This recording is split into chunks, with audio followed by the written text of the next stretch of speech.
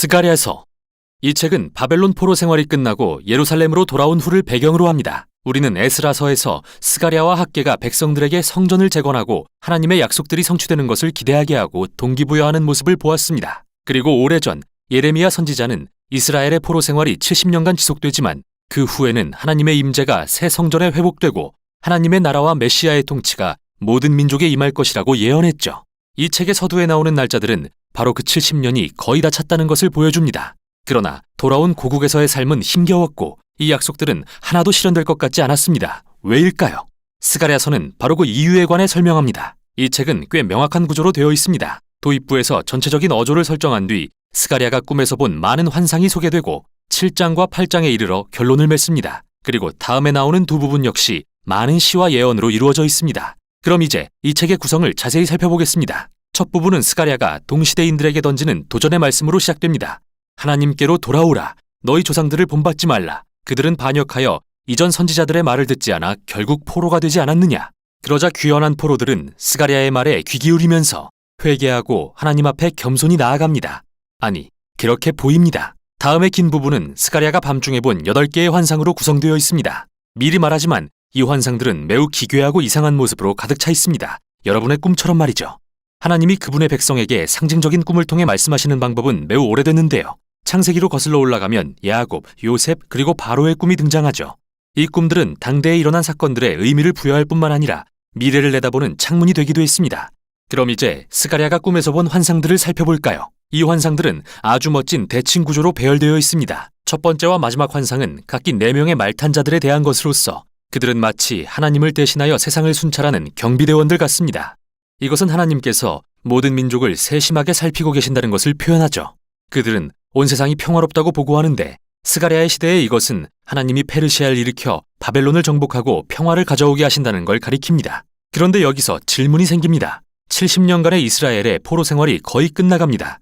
그럼 지금이 메시아의 나라가 예루살렘에 임할 때일까요? 하나님은 그 약속을 반드시 성취하기로 하셨다고 말씀하시지만 그 시기에 대해서는 대답하지 않으시죠. 두 번째와 7번째 환상은 짝을 이루어 둘 다 이스라엘을 결국 포로가 되게 했던 과거의 죄를 상기시킵니다.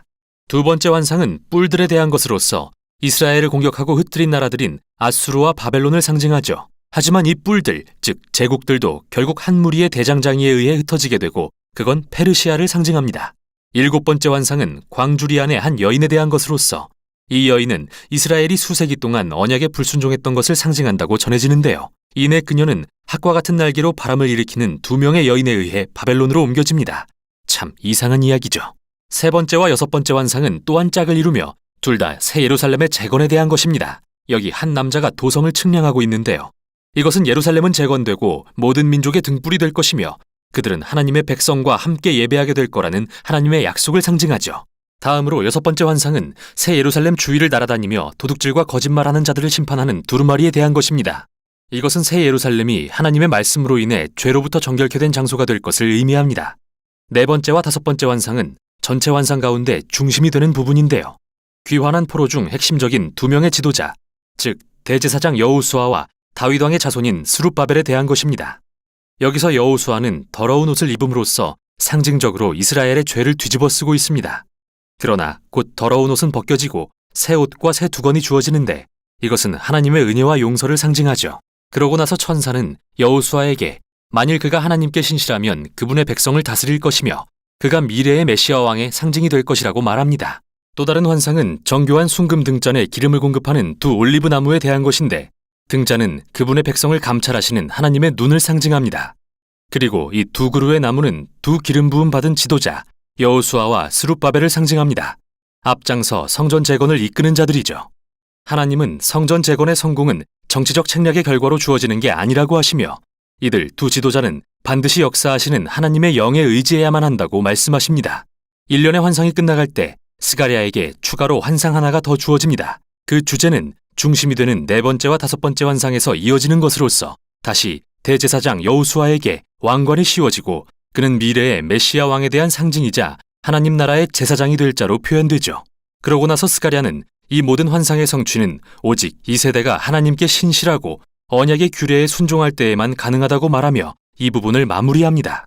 이 세 개의 환상들이 함께 강조하는 것은 메시아의 나라는 오직 그분의 백성이 하나님께 신실할 때에만 도래한다는 것입니다. 이제 그의 환상들이 결론에 이를 때 스가랴는 또 다른 도전을 제시합니다. 지난 70여 년간 무너진 옛 성전을 애통해하던 한 무리의 이스라엘 사람들이 와서 그에게 묻기를 이제 슬퍼하기를 멈춰도 되나요? 하나님의 나라가 곧 임하는 게 아닌가요? 이에 스가랴는 다시 한번 그들의 조상들이 선지자들을 통한 하나님의 부르심을 거역하고 결국 포로가 되었던 일을 상기시키며 그들에게도 도전합니다. 이 세대가 오직 정의와 평화를 추구하고 언약에 신실할 때에만 메시아의 나라를 볼 것이라고 말합니다. 즉 스가랴는 그들의 질문을 뒤바꾸어 너희는 하나님 나라를 상속받고 그분의 나라에 참여할 준비가 된 그런 백성이 될 것이냐 라고 묻습니다. 그리고 이 질문에 대한 백성들의 답은 알 수 없는 채로 이 책은 다음 부분으로 이동하죠. 이 마지막 두 부분은 1장부터 8장까지와는 매우 다릅니다. 각 부분은 마치 만화경을 보듯 미래의 메시아의 나라에 대한 다양한 시와 모습으로 구성되어 있는데요. 먼저 9장부터 11장까지는 장차 오실 겸손하신 메시아 왕에 대해 묘사합니다. 그분은 나귀를 타고 새 예루살렘으로 와서 열방 가운데 하나님의 나라를 세우실 것입니다. 그러다가 갑자기 이 왕은 이스라엘의 양떼를 이끄는 목자로 표현되는데 그분은 먼저 자신의 백성에게 거절당하고 다음에는 역시 목자들로 표현되는 이스라엘 지도자들에게 거절당하십니다. 하나님께서 이스라엘을 이런 부패한 목자들에게 넘기신다는 건데요. 여기서 의문이 생깁니다. 이스라엘은 영원히 그들의 왕을 거절할까요? 마지막인 12장부터 14장은 아니라고 말합니다. 이 부분은 미래의 메시아의 나라에 대한 시와 모습으로 구성된 또 다른 모자이크로서 새 예루살렘을 하나님의 공의가 마침내 모든 민족의 악을 대적하여 물리치시는 장소로 묘사하는데요. 이는 요엘서와 에스겔서에 나타난 주제와도 매우 비슷합니다. 그런데 하나님은 그분의 백성들의 마음속에 있는 불순종 또한 대적하실 것입니다. 하나님은 그들에게 자신의 영을 부으시어 그들이 메시아로 오신 목자를 반역하고 거절했던 사실을 회개하며 슬퍼하게 할 것이라고 하십니다. 마지막 장의 결론은 새 예루살렘이 모든 민족이 모이는 장소가 되는 것인데요. 이 도시는 새로운 에덴 동산이 되고 성전에서 흘러나오는 생명수의 강은 모든 피조물에 치유를 가져다 줍니다. 이 책은 이렇게 끝이 납니다. 그리고 스가랴는 우리에게 1장부터 8장과 9장부터 14장의 관계에 대해 생각할 여지를 남기는데요. 여기서 핵심은 바로 후반부에 나오는 이 미래의 메시아의 나라는 전반부의 요지와 같이 하나님의 백성이 언약에 신실할 때에만 도래하리라는 것이죠. 스가랴서를 읽는 것은 롤러코스터를 타는 것 같습니다. 환상과 시들은 특이한 모습으로 가득 차 있고 생각의 흐름이 비선형적이죠. 이게 바로 중요한 점인데요. 이 책은 역사나 우리의 인생처럼 항상 질서정연한 형식에 맞아떨어지지 않습니다. 하지만 선지자들은 우리에게 자신의 목적을 따라 역사를 이끌고 계시는 하나님의 손길을 잠시나마 보여줍니다. 궁극적으로 스가랴는 우리를 혼돈 너머를 바라보며 장차 임할 하나님의 나라를 소망하도록 초대하고 그래서 현재에 충실하도록 동기를 부여합니다. 이것이 바로 스가랴서의 내용입니다.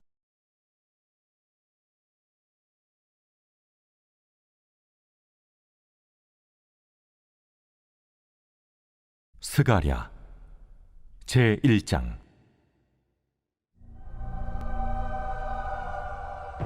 다리오 왕 제2년 8째 달에 여호와의 말씀이 이도의 손자 베리가의 아들 선지자 스가랴에게 임하니라. 이르시되 여호와가 너희의 조상들에게 심히 진노하였느니라. 그러므로 너는 그들에게 말하기를 만군의 여호와께서 이처럼 이르시되 너희는 내게로 돌아오라. 만군의 여호와의 말이니라. 그리하면 내가 너희에게로 돌아가니라. 만군의 여호와의 말이니라. 너희 조상들을 본받지 말라. 옛적 선지자들이 그들에게 외쳐 이르되 만군의 여호와께서 이같이 말씀하시기를 너희가 악한 길 악한 행위를 떠나서 돌아오라 하셨다 하나 그들이 듣지 아니하고 내게 귀를 기울이지 아니하였느니라. 너희 조상들이 어디 있느냐? 또 선지자들이 영원히 살겠느냐? 내가 나의 종 선지자들에게 명령한 내 말과 내 법도들이 어찌 너희 조상들에게 임하지 아니하였느냐? 그러므로 그들이 돌이켜 이르기를 만군의 여호와께서 우리의 길대로 우리 행위대로 우리에게 행하시려고 뜻하신 것을 우리에게 행하셨도다 하였느니라. 다리오 왕 제2년 11째 달 곧 스바들 24일에 이도의 손자 베리가의 아들 선지자 스가랴에게 여호와의 말씀이 임하니라. 내가 밤에 보니 한 사람이 붉은 말을 타고 골짜기 속 화석류 나무 사이에 섰고 그 뒤에는 붉은 말과 자줏빛 말과 백마가 있기로 내가 말하되 내 주여 이들이 무엇이니까 하니 내게 말하는 천사가 내게 이르되 이들이 무엇인지 내가 내게 보이리라. 화석류 나무 사이에 선 자가 대답하여 이르되 이는 여호와께서 땅에 두루 다니라고 보내신 자들이니라. 그들이 화석류 나무 사이에 선 여호와의 천사에게 말하되 우리가 땅에 두루 다녀보니 온 땅이 평안하고 조용하더이다. 하더라. 여호와의 천사가 대답하여 이르되 만군의 여호와여, 여호와께서 언제까지 예루살렘과 유다 성읍들을 불쌍히 여기지 아니하시려 하나이까? 이를 노하신 지 70년이 되었나이다. 하매 여호와께서 내게 말하는 천사에게 선한 말씀 위로하는 말씀으로 대답하시더라. 내게 말하는 천사가 내게 이르되 너는 외쳐 이르기를 만군의 여호와의 말씀에 내가 예루살렘을 위하며 시온을 위하여 크게 질투하며 아니란 여러 나라들 때문에 심히 진노하나니 나는 조금 노하였거늘 그들은 힘을 내어 고난을 더하였습니다. 그러므로 여호와가 이처럼 말하노라. 내가 불쌍히 여김으로 예루살렘에 돌아왔은즉 내 집이 그 가운데에 건축되리니 예루살렘 위에 먹줄이 쳐지리라. 만군의 여호와의 말이니라. 그가 다시 외쳐 이르기를 만군의 여호와의 말씀에 나의 성읍들이 넘치도록 다시 풍부할 것이라. 여호와가 다시 시온을 위로하며 다시 예루살렘을 택하리라 하라. 하니라.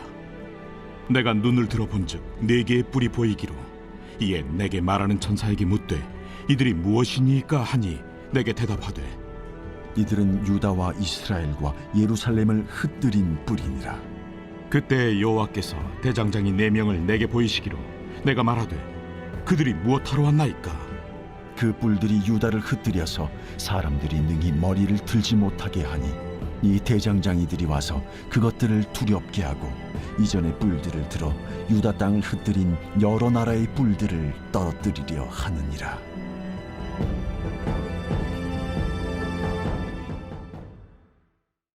제2장.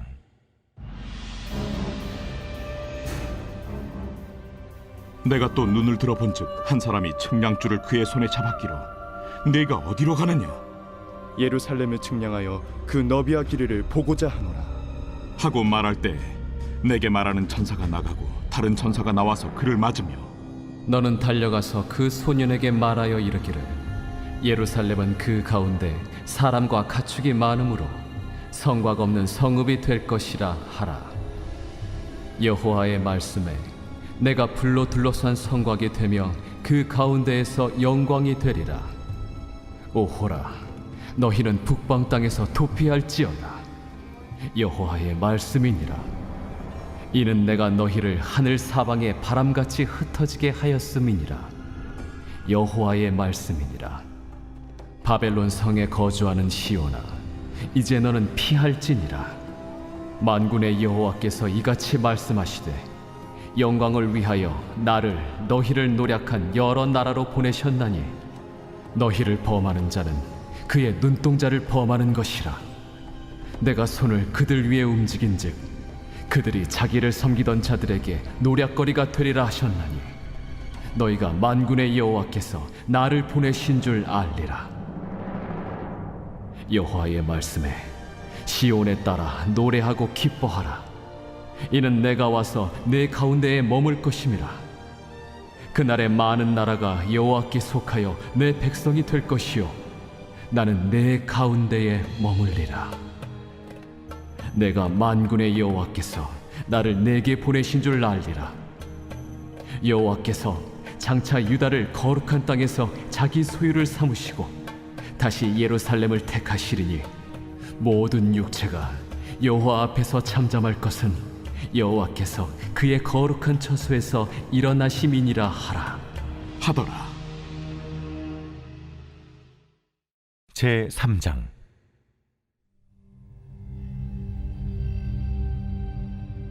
대제사장 여호수아는 여호와의 천사 앞에 섰고 사탄은 그의 오른쪽에 서서 그를 대적하는 것을 여호와께서 내게 보이시니라. 여호와께서 사탄에게 이르시되 사탄아, 여호와께서 너를 책망하노라. 예루살렘을 택한 여호와께서 너를 책망하노라. 이는 불에서 꺼낸 그슬린 나무가 아니냐.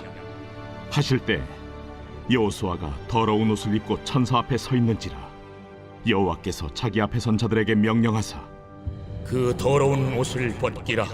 하시고 또 여호수아에게 이르시되 내가 네 죄악을 제거하여 버렸으니 내게 아름다운 옷을 입히리라.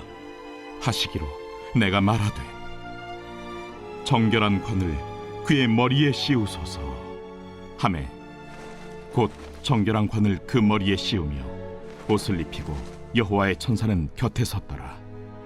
여호와의 천사가 여호수아에게 증언하여 이르되 만군의 여호와의 말씀에 내가 만일 내 도를 행하며 내 규례를 지키면 내가 내 집을 다스릴 것이요 내 뜰을 지킬 것이며 내가 또 너로 여기 섰는 자들 가운데 왕래하게 하리라. 대제사장 여호수아야, 너와 내 앞에 앉은 내 동료들은 내 말을 들을 것이니라. 이들은 예표의 사람들이라. 내가 내 종 싹을 나게 하리라. 만군의 여호와가 말하노라. 내가 너 여호수아 앞에 세운 돌을 보라. 한 돌에 7 눈이 있느니라. 내가 거기에 새길 것을 새기며 이 땅의 죄악을 하루에 제거하리라. 만군의 여호와가 말하노라. 그날에 너희가 각각 포도나무와 무화과 나무 아래로 서로 초대하리라 하셨느니라. 제4장.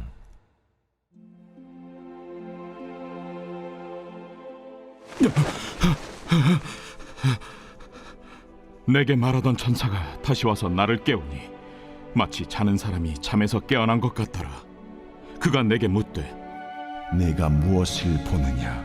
내가 보니 순금 등잔대가 있는데 그 위에는 기름 그릇이 있고 또 그 기름 그릇 위에 7 등잔이 있으며 그 기름 그릇 위에 있는 등잔을 위에서 7 관이 있고 그 등잔대 곁에 2 감람나무가 있는데 하나는 그 기름 그릇 오른쪽에 있고 하나는 그 왼쪽에 있나이다 하고 내게 말하는 천사에게 물어 이르되 내 주여, 이것들이 무엇이니까? 내가 이것들이 무엇인지 알지 못하느냐? 내 주여, 내가 알지 못하나이다. 여호와께서 수르바벨에게 하신 말씀이 이러하니라. 만군의 여호와께서 말씀하시되 이는 힘으로 되지 아니하며 능력으로 되지 아니하고 오직 나의 영으로 되느니라. 큰 산아, 내가 무엇이냐? 내가 수르바벨 앞에서 평지가 되리라. 그가 머릿돌을 내놓을 때 무리가 외치기를 은총이 그에게 있을지어다 하리라. 여호와의 말씀이 또 내게 임하여 이르시되 스룹바벨의 손이 이 성전의 기초를 놓았은즉 그의 손이 또한 그 일을 마치리라 하셨나니 만군의 여호와께서 나를 너에게 보내신 줄을 내가 알리라. 작은 일의 날이라고 멸시하는 자가 누구냐? 사람들이 스룹바벨의 손에 다림줄이 있음을 보고 기뻐하리라. 이 7은 온 세상에 두루 다니는 여호와의 눈이라. 등잔대 좌우의 2 감람나무는 무슨 뜻이니까? 금 기름을 흘리는 2 금관 옆에 있는 이 감람나무 2 가지는 무슨 뜻이니까? 내가 이것이 무엇인지 알지 못하느냐?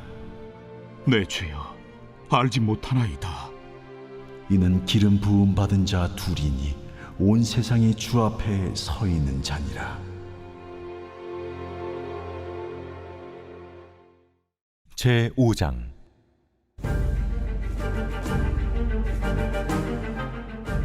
내가 다시 눈을 들어본즉 날아가는 두루마리가 있더라. 그가 내게 묻되 네가 무엇을 보느냐? 날아가는 두루마리를 보나이다. 그 길이가 20규빗이요 너비가 10규빗이니이다. 이는 온 땅 위에 내리는 저주라. 도둑질하는 자는 그 이쪽 글대로 끊어지고 맹세하는 자는 그 저쪽 글대로 끊어지리라. 만군의 여호와께서 이르시되 내가 이것을 보냈나니 도둑의 집에도 들어가며 내 이름을 가리켜 망령되이 맹세하는 자의 집에도 들어가서 그의 집에 머무르며 그 집을 나무와 돌과 아울러 사르리라 하셨느니라. 내게 말하던 천사가 나와서 내게 이르되 너는 눈을 들어 나오는 이것이 무엇인가 보라.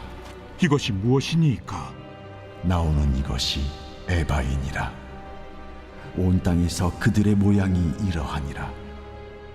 이 에바 가운데에는 한 여인이 앉았느니라. 그때 둥근 납 한 조각이 들리더라. 이는 악이라 하고 그 여인을 에바 속으로 던져넣고 납 조각을 에바 아귀 위에 던져 덮더라. 내가 또 눈을 들어본즉 두 여인이 나오는데 학의 날개 같은 날개가 있고 그 날개에 바람이 있더라. 그들이 그 에바를 천지 사이에 들었기로 내가 내게 말하는 천사에게 묻되 그들이 에바를 어디로 옮겨가나이까? 그들이 시날 땅으로 가서 그것을 위하여 집을 지으려 함이니라. 준공되면 그것이 제 처소에 머물게 되리라.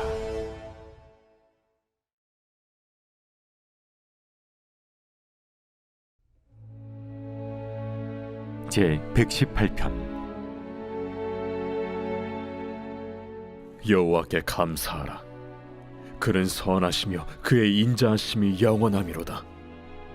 이제 이스라엘은 말하기를 그의 인자하심이 영원하다 할지로다. 이제 아론의 집은 말하기를 그의 인자하심이 영원하다 할지로다.